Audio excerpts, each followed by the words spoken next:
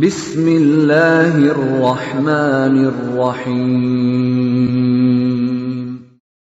وَلْتَكُنْ مِنْكُمْ أُمَّةٌ يَدْعُونَ إِلَى الْخَيْرِ وَيَأْمُرُونَ بِالْمَعْرُوفِ وَيَنْهَوْنَ عَنِ الْمُنْكَرِ. Bismillahirrahmanirrahim. وَلْتَكُنْ مِنْكُمْ أُمَّةٌ يَدْعُونَ إِلَى الْخَيْرِ وَيَأْمُرُونَ بِالْمَعْرُوفِ وَيَنْهَوْنَ عَنِ الْمُنْكَرِ. Assalamualaikum warahmatullahi wabarakatuh. Coba di surah Al-Masih Al-Maidah langsung ke 72. Allah kembali sumpahnya seperti tadi, laqad kafara alladziina qalu, sungguh kafirlah orang yang telah mengatakan innallaha huwal masihu ibnu Maryam.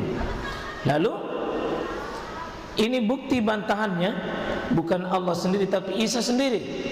Wa qala al-Masih, dan berkata al-Masih yakni Isa itu ya Bani Israel, wahai Bani Israel, wahai Bani Israel. Apa perintahnya Nabi Isa? A'budullah, ibadah ya Allah, bukan ibadah saya. Ibadah ya Allah, bukan saya. Siapa Allah itu? Kata Nabi Isa, Rabbi wa Rabbukum, Tuhanku itu Allah, Tuhanku itu Allah dan Tuhan kalian. Ini bantahan yang sangat jelas. Menurut Al-Quran jelas sekali. Ya, dan mohon Pak, ini bukan kriminal. Menyatakan kafir kepada kafir bukan kriminal. Masa saya baca ayat baru dibilang kriminal? Masa radikal? Kalau ini dikatakan radikal ya, maka Al-Quran ini dibuang saja. Bukan provokasi. Dan inilah toleransi. Toleransi menurut Al-Quran. Kembalikan setegas-tegasnya yang menjadi tegas. Ya, perkataan Nabi Isa ini, ya Bani Israel, wahai Bani Israel, a'budullah, ibadahilah Allah itu. Siapa Allah itu? Rabbi, Tuhanku. Saya bukan Tuhan ya, Allah itu Tuhanku. Wa rabbakum, dan Rabb kalian. Innahu, kata Nabi Isa, kata Nabi Isa, may yusyrik billah, siapa yang menyekutukan dengan Allah, faqad haramallahu alaihil jannah, maka sungguh akan Allah haramkan baginya masuk surga. Ini Pak, jeleknya dari sekian jeleknya, bagaimana hinanya di atas kehinaan orang-orang musyrik. Ini lafaz umum, lafaz umum. Ya, may yusyrik billah faqad haramallahu alaihil jannah. Bentuk syirik manapun, Allah akan haramkan dirinya masuk surga. Allah haramkan. Kalau Allah haramkan masuk surga apa?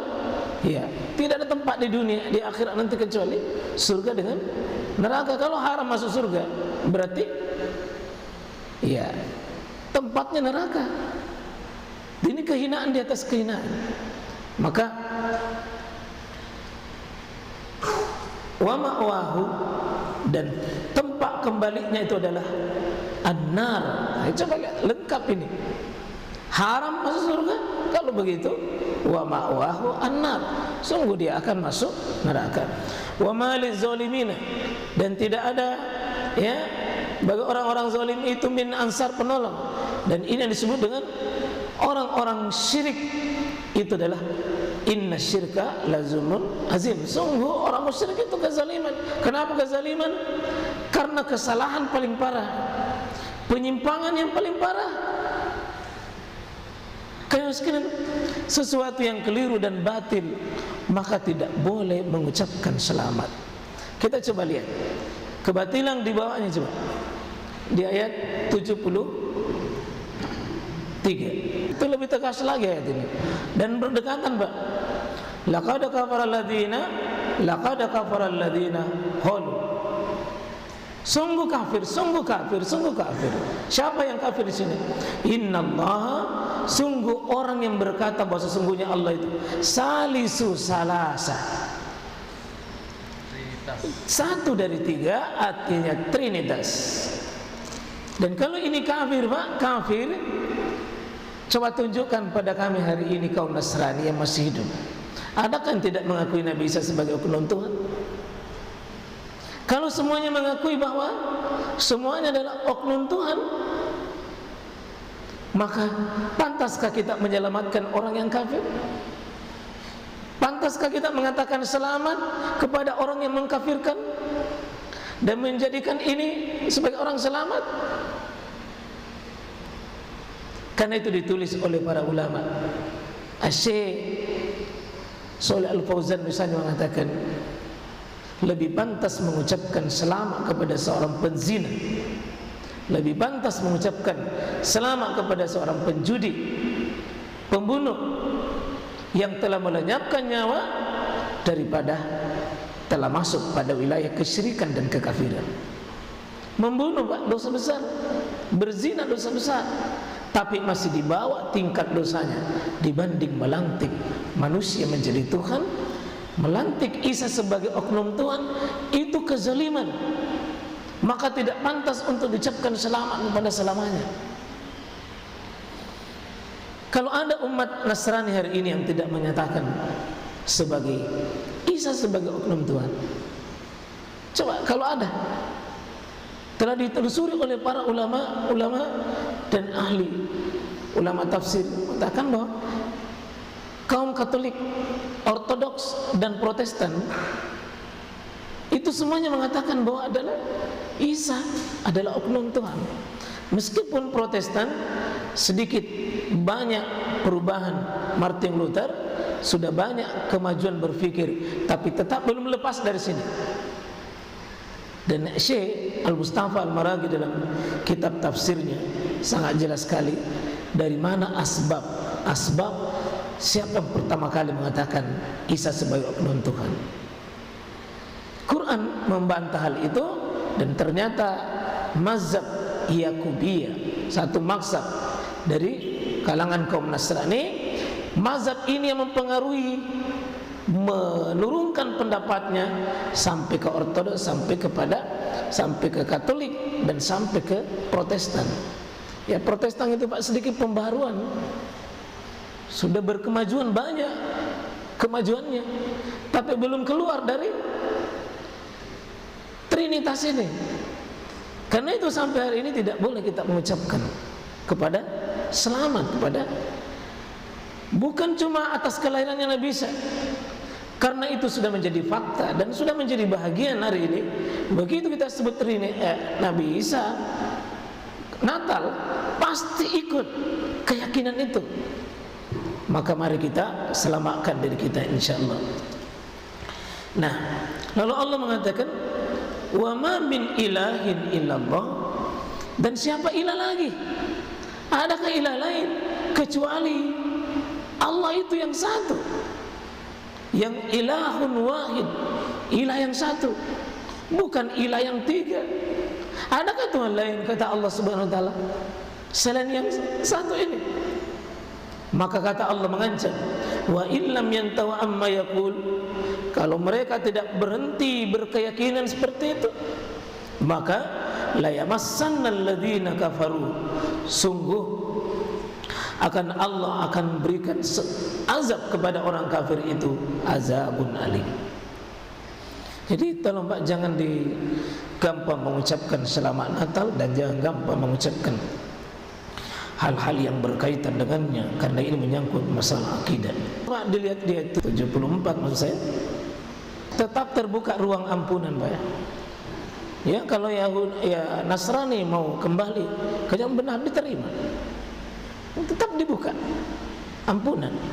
Afala yatubuna ilallah wa yastaghfiruna, apakah mereka tidak kembali kepada Allah, keyakinan yang benar dengan qul huwallahu ahad Allahus samad, lalu mereka yastaghfiruna, mohon ampun kepada Allah, wallahu ghafurur rahim.